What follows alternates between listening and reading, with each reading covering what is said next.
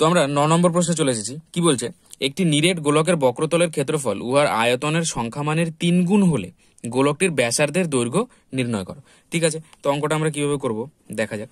অঙ্কটা করবো এইভাবে। তো এখানে কি বলেছে, নিরেট গোলকটির বক্রতলের ক্ষেত্রফল। তার আগে আমরা ধরবো যে ধরি গোলকটির ব্যাসার্ধ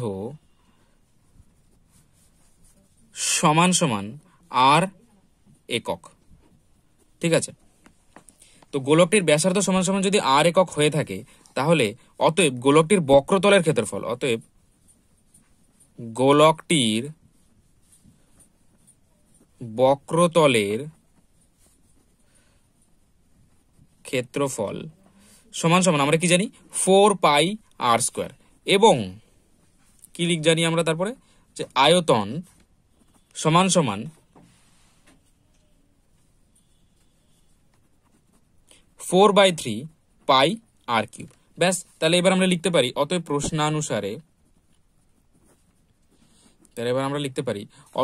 প্রশ্নানুসারে কি লিখতে পারি, এখানে যেটা আমাদের বলেছে যে উহার আয়তন মানে বক্রতলের ক্ষেত্রফল উহার আয়তনের সংখ্যামানের 3 গুণ হলে, মানে বক্রতলের ক্ষেত্রফল যেটা রয়েছে সেইটা যদি এর যে আয়তন 4/3πr³ এর যদি 3 গুণ হয়, মানে এর যদি এটা 3 গুণ হয়ে থাকে, মানে ইন্টু 3 যদি হয়ে থাকে, মানে ইন্টু 3 মানে এর 3 গুণের সাথে সমান, বা তাহলে এবার আমরা কি করব যে এদিকে 4 এদিকে 4 কেটে দেবো, এই 3 ওপরে 3 কেটে যাবে, আর এদিকে পাই তো কেটেই যাবে, এখানে দুটো আর এখানে 3টে আর, তাহলে অবভিয়াসলি এখানে একটা ডান দিকে পড়ে থাকবে, আর বাদিকে কি পড়ে থাকবে, খালি 1।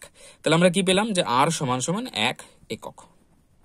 বুঝা যাচ্ছে? তার মানে কি এটাই হলো আমাদের অ্যান্সার। আমরা 4-এর 10 নম্বরে চলে এসেছি। কি বলছে, একটি ঘনকের কর্ণ 8√3 একক হলে উহার সমগ্রতলের ক্ষেত্রফল নির্ণয় করো। ঠিক আছে, ভালো কথা। তাহলে আমরা কি জানি, আমরা জানি যে ঘনকের কর্ণের দৈর্ঘ্য সমান সমান কত জানি আমরা, √3 × a।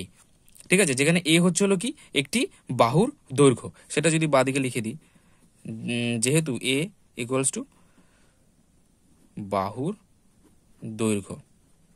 ঠিক আছে, এটা ব্র্যাকেটে লিখে দেওয়া উচিত। তাহলে √3a যদি মানে কর্ণের দৈর্ঘ্য হয়ে থাকে √3 × a, তাহলে তো লিখতে পারি যে √3 × a সমান সমান 8√3। এই √3 কেটে গেল, তাহলে তবে একটা বাহুর দৈর্ঘ্য কত পেলাম, 8 একক। তাহলে একটা বাহুর দৈর্ঘ্য যদি 8 একক হয়ে থাকে তাহলে সমগ্র তলের ক্ষেত্রফলের ফর্মুলা কি একটা ঘনকের, তাহলে অতএব সমগ্র তলের ক্ষেত্রফল একটা ঘনকের সমগ্র তলের ক্ষেত্রফলের ফর্মুলা কি, কটা তল থাকে, 6টা তল থাকে, তার মানে কত, 6a²। তাহলে 6 × a বলতে a ভ্যালু আমরা কত পেয়েছি, 8, তার মানে 8a², তাই না?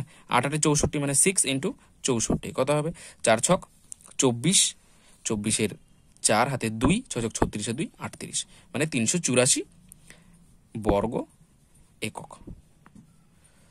বুঝা যাচ্ছে? এটাই হলো এর অ্যান্সার। 4-এর 11 নম্বর কি বলছে, কোন পরিসংখ্যা বিভাজনের মধ্যমা শ্রেণীর ক্ষেত্রে মধ্যমা নির্ণয়ের সূত্রটি লেখো। তাহলে মধ্যমা নির্ণয় সূত্র তো তোমরা পরীক্ষার সময় ডাইরেক্ট এভাবে লিখে নেবে যে সূত্রটি হলো মানে মধ্যমা নির্ণয়ের কত, আমরা জানি L + n/2 - CF / F × H। ব্যাস, এইটুকু লিখে নিলেই 2 নম্বরের প্রশ্নের জন্য এইটুকু লেখাই যথেষ্ট। এবিটি এর 4-এর প্রশ্নগুলোর একদম লাস্ট মানে 12 নম্বর প্রশ্নে চলে এসেছি। কি বলছে, এটাকে বলে সামেশন সাইন।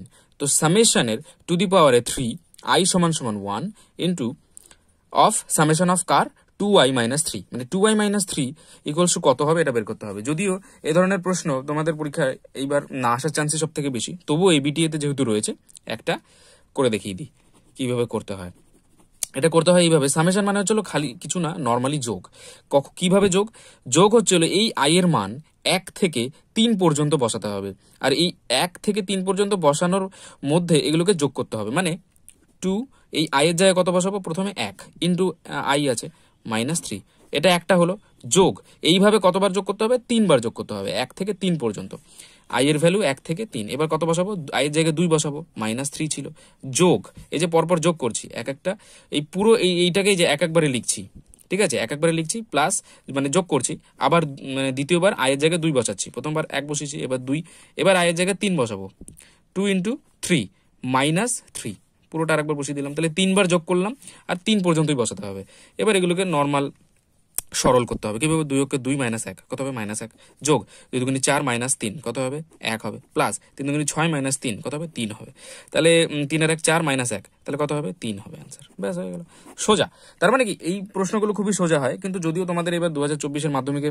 আসার চান্স খুবই কম তবুও একটা করিয়ে দেখানো হলো যাতে তোমাদের কোনো সমস্যা না হয় আশা করি এই পর্যন্ত সব ঠিকই আছে ঠিক আছে যদি এই 12টা প্রশ্নের মধ্যে কোনো প্রশ্ন নিয়ে কোনো সমস্যা থেকে থাকে তাহলে কমেন্ট সেকশনে এখনই জানাও